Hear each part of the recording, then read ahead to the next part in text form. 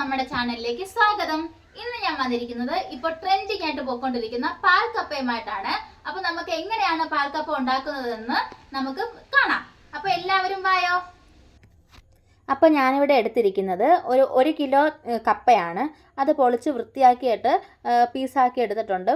അത് നമുക്ക് വേവിക്കുന്നതിന് ആവശ്യത്തിനുള്ള വെള്ളം ഒഴിക്കുന്നുണ്ട്. ആവശ്യത്തിനെന്ന് വെച്ചാൽ നമ്മുടെ കപ്പയെല്ലാം മുങ്ങിക്കിടക്കുന്ന എത്രയാണോ അതിനനുസരിച്ചുള്ള വെള്ളം ഞാൻ ഒഴിച്ചിട്ടുണ്ട്. ഇനി നമുക്ക് അത് വേവിക്കാനായിട്ട് വെക്കാം. ഞാനിവിടെ അടച്ചാണ് വേവിക്കുന്നത്. ഇത് അങ്ങനെ വെക്കുന്നുണ്ട്. അപ്പോൾ ഇതാ എല്ലാവരും ഇപ്പോൾ ഇത് ട്രെൻഡായിട്ട് മാറിയിട്ടുണ്ടെന്നാണ് എൻ്റെ ഒരു വിശ്വാസമേ. ഞാനും അതിലേക്കൊന്ന് ഇറങ്ങാമെന്ന് കരുതി. ഇപ്പോൾ നമ്മുടെ കപ്പ വേവിക്കാൻ വെച്ചു. ആ സമയത്ത് ഇതാ നമ്മൾ 2 വെളുത്തുള്ളിയും 3 പച്ചമുളകും കുറച്ച് കൊച്ചുള്ളിയുമാണ് ഞാനിതിലേക്ക് എടുത്തിരിക്കുന്നത്. നമ്മുടെ കപ്പ ഇതാ തിളയായിട്ടുണ്ട്. ഓരോ കപ്പയ്ക്കും ഓരോ വേവായിരിക്കും. അപ്പോൾ നമ്മൾ ഇടയ്ക്കിടയ്ക്ക് ഒന്ന് ചെക്ക് ചെയ്യണം. നമ്മുടെ ആ സ്പൂൺ കൊണ്ട് എടുത്ത് നോക്കിയാൽ മതി വെന്തിട്ടുണ്ടോ എന്ന്. അപ്പോൾ ഞാൻ ടെസ്റ്റ് ചെയ്യുന്നുണ്ട് കേട്ടോ, ഇടയ്ക്കിടയ്ക്ക് വേവുന്നുണ്ടോ എന്ന്. പല കപ്പയുടെയും വേവ് പലതാണല്ലോ, വെന്ത് പോകണ്ടല്ലോ.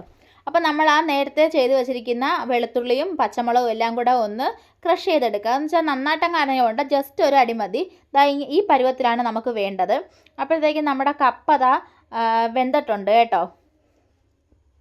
നമ്മുടെ ആവശ്യത്തിനുള്ള വെള്ളമാണ് ഒഴിച്ചിരിക്കുന്നത്. ഇത് വേണമെങ്കിൽ കുക്കറിലും അടിക്കാം. പക്ഷെ ഞാൻ ഇങ്ങനെയാണ് നോക്കുന്നത്. കാര്യം ഇത്ര കുഞ്ഞ് പീസല്ലേ. അപ്പോൾ കപ്പ വെന്തിട്ടുണ്ട്. അത് നമ്മുടെ ഒരു അരിപ്പ പോലത്തെ ഒരു പാത്രത്തിലിട്ട് ആ വെള്ളം എല്ലാം മാറ്റിക്കളയുന്നുണ്ട്.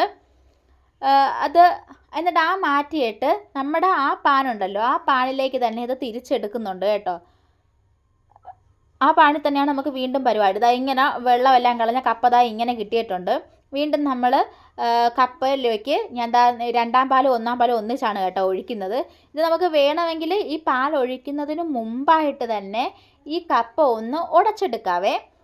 ഞാൻ പക്ഷേ നേരെ തിരിച്ചാണ് കേട്ടോ, പാൽ ഒഴിച്ചതിന് ശേഷമാണ് ഉടയ്ക്കാൻ പോകുന്നത്. അപ്പോൾ നമ്മുടെ ആവശ്യത്തിനുള്ള ഉപ്പ് ഇടുന്നുണ്ട്. ഉപ്പെല്ലാം ഓരോരുത്തരുടെയും പാകം അനുസരിച്ചാണ്. ഞാൻ എൻ്റെ അളവിനുള്ളൊരു ഉപ്പാണ് ചേർക്കുന്നത്.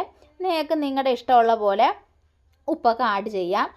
എന്നിട്ട് നമ്മുടെ നേരത്തെ തയ്യാറാക്കി വെച്ചിരുന്ന ആ ഉള്ളിയും വെളുത്തുള്ളിയും ഒക്കെ കൂടി അതിലേക്ക് ആഡ് ചെയ്യുന്നുണ്ട്. എന്നിട്ട് അത് എല്ലാം കൂടെ ഒന്ന് നമ്മൾ മിക്സ് ചെയ്യണം കേട്ടോ. അത് മിക്സാക്കിക്കൊണ്ടിരിക്കുന്നുണ്ട്. ഞാൻ എൻ്റെ രീതിക്കാണ് ചെയ്യുന്നത്. പലയിടത്തും പല രീതിയിലായിരിക്കുമല്ലോ. നമുക്ക് നമ്മുടെ പാചകം അല്ലേ, അതാണ് നമ്മളിവിടെ പറയുന്നത്. തെറ്റുകളുണ്ടെങ്കിൽ എല്ലാവരും അത് കമൻറ്റിൽ പറഞ്ഞാൽ മതി കേട്ടോ. അപ്പോൾ നമുക്ക് തിരുത്താമല്ലോ. അപ്പോൾ ഞാനത് വീണ്ടും ഒന്ന് അടച്ച് വേവിക്കുന്നുണ്ട്. ഞാൻ നേരത്തെ പറഞ്ഞല്ലോ മുന്നേയും അത് ഉടച്ചെടുക്കാമെന്ന്. ഇപ്പോൾ നമ്മുടെ പാലൊഴിച്ച് അതൊന്ന് കുറുകിയതിന് ശേഷമാണ് നമ്മുടെ സ്പൂൺ വെച്ച് അതൊന്ന് ഉടച്ചുകൊണ്ടിരിക്കുന്നത്. എനിക്ക് ഈ സ്പൂൺ അത്രയ്ക്ക് പറ്റുന്നില്ലേ. അപ്പോൾ ഞാൻ വേറൊരു തവി എടുത്തിട്ട് അത് ഉടച്ചുകൊണ്ടിരിക്കുവാണേ. അപ്പോൾ നമ്മുടെ ഓരോരുത്തരുടെ രീതിയനുസരിച്ച് മൊത്തത്തിൽ അങ്ങോട്ട് ഈ രൂപത്തിലാക്കാവേ. എനിക്ക് ഒരുപാട് ലിക്വിഡായിട്ട് കിടക്കുന്ന ഇഷ്ടമല്ല. എനിക്ക് ഈ ഒരു കൺസിസ്റ്റൻസിയിൽ ആകുന്നതാണ് ഇഷ്ടം. നിങ്ങൾക്ക് വേണമെങ്കിൽ ഇനിയും തേങ്ങാപ്പാൽ ഇതിലേക്ക് ആഡ് ചെയ്യാവേ. തേങ്ങാപ്പാൽ തന്നെ ഒഴിക്കണം, വെറുതെ വെള്ളം ഒഴിക്കരുത്. തേങ്ങാപ്പാലാണ് ഇതിൻ്റെ സ്പെഷ്യലായിട്ടുള്ള നമ്മുടെ ഇൻഗ്രീഡിയൻ്റ് എന്ന് പറയുന്നത്. ഇനി നമുക്ക് ഇതിലേക്ക് കടുക് വറുത്തൊഴിക്കാം. അതിനായിട്ട് ഞാനൊരു പാൻ എടുത്ത് വെച്ചിട്ട് അതിലേക്ക് നമുക്ക് ആവശ്യത്തിനുള്ള വെളിച്ചെണ്ണയാണ് ഒഴിക്കുന്നത്. ഇനി നമ്മുടെ പ്രധാന കാര്യമായ കടുക് ഇട്ടിട്ടുണ്ട്. കടുക് പൊട്ടി വരുമ്പോഴത്തേക്ക് ഞാനൊരു 3 വറ്റൽമുളകും കൂടി അതിലേക്കിട്ട് പൊട്ടിക്കുന്നുണ്ട്. അത് പൊട്ടി തീരുന്നിടം വരെ വെയിറ്റ് ചെയ്യുവാണേ. അപ്പോൾ നമ്മുടെ കടുക് എല്ലാം കൂടെ പൊട്ടിയിട്ടുണ്ട്. ഇനി നമുക്ക് വേണ്ടത് ഇതിലേക്ക് കൊച്ചുള്ളിയാണ് വേണ്ടത്. ഞാൻ 5-6 കൊച്ചുള്ളി അരിഞ്ഞെടുത്തിട്ടുണ്ട്. അതും കൂടെ അതിലേക്കിട്ട് നമ്മളിനി അതും കൂടെ ഒന്ന് വഴറ്റിയെടുക്കണം. നമ്മുടെ ഏകദേശ പരുവം എന്ന് പറയുന്നത് ഒരു ബ്രൗൺ കളറിനോട് അടുത്ത് വരുന്ന രീതിയാണ് ആ ഒരു കൊച്ചുള്ളിയുടെ പരുവം എന്ന് പറയുന്നത് കേട്ടോ. അപ്പോൾ ഞാൻ ഇങ്ങനെ ഇളക്കിക്കൊണ്ടേയിരിക്കുന്നുണ്ട്. ഇളക്കൽ. അപ്പോൾ പിന്നെന്തുവാ, നിങ്ങളൊക്കെ ഇതൊന്ന് ചെയ്ത് നോക്കണേ. അപ്പോൾ നമ്മുടെ ഈ ഒരു പരുവമായിട്ടുണ്ട്. അതിലേക്ക് ഞാൻ കറിവേപ്പിലയാണ് ഇടുന്നത്. കറിവേപ്പില ഇട്ടിട്ടും വീണ്ടും നമ്മുടെ പണിയിൽ അത് തന്നെ ഇളക്കൽ കേട്ടോ.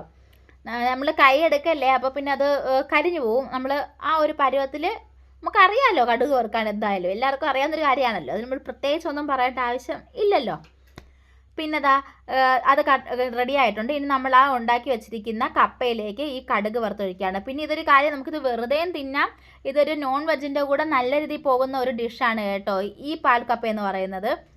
അപ്പോൾ നമ്മുടെ പാൽക്കപ്പ ഈ ഒരു രൂപത്തിലാണ് കിട്ടിയിരിക്കുന്നത്. കാണുമ്പോൾ തന്നെ എനിക്ക് നല്ല ടേസ്റ്റ് തോന്നിയായിരുന്നു കേട്ടോ. പിന്നെന്താ, ഞാനിവിടെ ഒരു നല്ല മുളകിട്ട കൂരിയായിരുന്നു ഞങ്ങൾക്ക് കിട്ടിയ കൂരിമുട്ടയാണ് കേട്ടോ ആ കാണുന്നത്. കൂരിമുട്ടയുമായിട്ട് കഴിക്കുവാണേ. ഞാൻ എന്നെ തന്നെ പുകഴ്ത്തുകയാണെന്ന് കരുതരുതേ, നല്ല ടേസ്റ്റ് ഉണ്ട്. പിന്നെ ലേശം ഒരു ഉപ്പും കൂടെ ഉണ്ടായിരുന്നെങ്കിൽ കുറച്ചുകൂടെ പെർഫെക്റ്റ് ആയിരുന്നു. എന്തായാലും സംഭവം പൊളിയാണ്. നിങ്ങൾ എല്ലാവരും ഒന്ന് ട്രൈ ചെയ്ത് നോക്കണം കേട്ടോ.